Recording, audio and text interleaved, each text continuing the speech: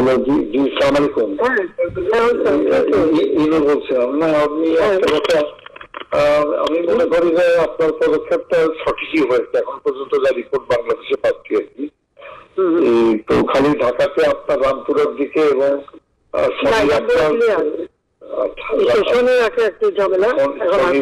কিছু মোল্লারাই 41টা অনেক মাদ্রাসা মাদ্রাসা আছে, ওই নারায়ণগঞ্জে যুক্ত দিচ্ছে না আর্মিকে, আমরা 36 সেনা নামাচ্ছি। ও আচ্ছা, আমি বলছি ক্যাজুয়ালিটির দরকার নাই, ওরা ব্যারিকেড দিয়ে আসছে তো ঠিক আছে, আকাশ থেকে নামবে তখন 2 পয়সা ধরবে। আচ্ছা, মেসেজটা দিয়ে দিতে পারেন। আচ্ছা, যে 36 সেনা পাঠানো হচ্ছে, হ্যাঁ, হেলিকপ্টার দিয়ে সোজা বম্বিং করা হবে। আচ্ছা, ঠিক আছে, হেলিকপ্টার যাচ্ছে উপর দিয়ে মারবে। আচ্ছা, উপর থেকে সাউন্ড বম্ব যাবে আর কি। ঠিক আছে, যেটা গেল। আমি একটা পয়েন্ট আপনার একটু নজরে আনার জন্য রিকোয়েস্ট করতেছি যে কারফিউ ধরেন 2-5 দিন যা চললো, কিন্তু কারফিউর পরে যাতে আর মিছিল না নামতে পারে সেই জন্য একটা হোমওয়ার্ক করা দরকার। যেরকম আমি উত্তরা, বাড্ডা, গুলশান, যাত্রাবাড়িতে যারা মিছিল লিড করছে সেগুলো চিহ্নিত আর কি, ছাত্রদল, বিএনপির ছেলেরা শিবিরে। তো সেই ছেলেগুলো মানে ধরেন রিজভিকে অ্যারেস্ট করা বা নূরকে অ্যারেস্ট করা ইম্পর্টেন্ট না, ইম্পর্টেন্ট হচ্ছে ওইখানে গ্রাউন্ডে যে মিছিলটা লিড করেছে। আমি আমার কুষ্টিয়া জেলাতে এসপি সেভাবে অলরেডি তালিকা করে ফেলছে, ওখানে কোনো সংঘর্ষ হয়নি। একটা ছড়রা গলিতে খালি একজনের পায়ে লাগছে, উনি ম্যানেজ করছে। উনি অলরেডি কম্পিউটারে বসে ছবি দেখে ছেলেগুলোর তালিকা করতেছে। তা আমি বললাম যে ছেলেগুলোকে আজকে রাত্রের ভিতরে পিক আপ করে দাও, যাতে মিছিলটা লিড না করতে পারে। আমি ঢাকা শহরের জন্য বলছি যে আপনার গোয়েন্দারা নিশ্চয়ই এই তালিকাটা করতে পারবে যে উত্তরায় কারা। আমাদের লোকাল লিডার, ওখানে এমপি খসরু আছে এবং হাসান হাবিব আছে। আমার কালকের যে রিপোর্ট, হাসান হাবিব নামেনি, কিন্তু ও রাগ করে খসরুর উপরে ছেড়ে দিয়েছে এমপি সাহেব মোকাবেলা করুক।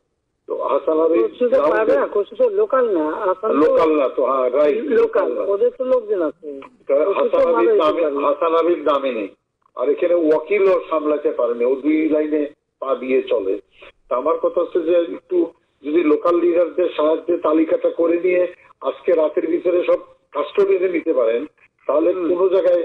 আর মোহাম্মদপুরে একটা পায়তারা ছিল, কালকে আপনি রাত 12টায় দিয়ে খুব ভালো করছেন, আজকে কিন্তু গণভবন ঘেরাও করতো, কিন্তু মোহাম্মদপুরে ওখান থেকে রেডি হচ্ছিল কালকে, মানে এইটা। সুতরাং ডিসিশনটা খুবই কারেক্ট হচ্ছে মাননীয় প্রধানমন্ত্রী। তো আমার মনে হয় আমরা হলো রণক্ষেত্রের সাথে রণক্ষেত্রের সাথে আপনি একটু দয়া করে মানে এই পিক আপটা করতে বলেন, উপরে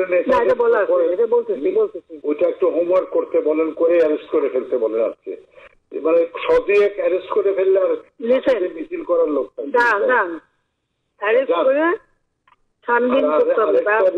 আরেকটা রিকোয়েস্ট আমার, যে ইন্টারনেটটা আমার মনে হয় চালু করতে পারে, এটা আমাদের কাজে লাগবে।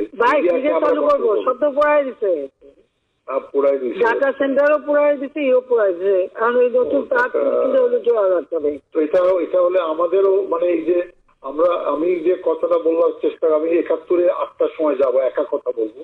আমি বলবো যে সরকারের সঙ্গে কোটা আন্দোলনকারীর কোনো বিরোধ নাই, সরকারের সঙ্গে বিরোধ হচ্ছে নাশকতাকারী বিএনপি জামাতের।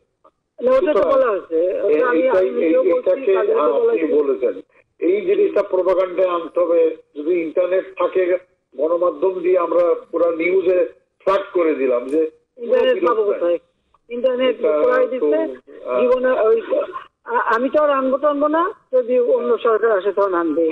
আমি দিচ্ছি ইন্টারনেট, ওরা প্রায় থাকুক, ওইটা চলতে হবে।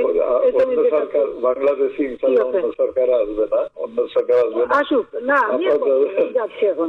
না জামাত ওটা যারা আপনার যেখানে লোক আছে তালিকাগুলি আপনারা করেন, আমরাও করাচ্ছি। ঠিক আছে, এই ক্লিয়ারে জামাত শিবিরের আবার মেরুদণ্ডটা ভেঙে দেন ঢাকা শহরে একেবারে। আমার এক্সপোজ হয়েছে আর কি, একটু দেখেন। আর আমি বাদ বাকি আমাকে যেটা বলবেন আমি ইনশাল্লাহ করবো। না ওই তালিকাগুলি একটু করে ফেলেন আর নিজেদের লোকজন যেটা এই শুধু যা পারেন ওই সিরিজ যে কোনো আছে যা আছে সব দূর করেন, ওইটা আমার জন্য না নেই।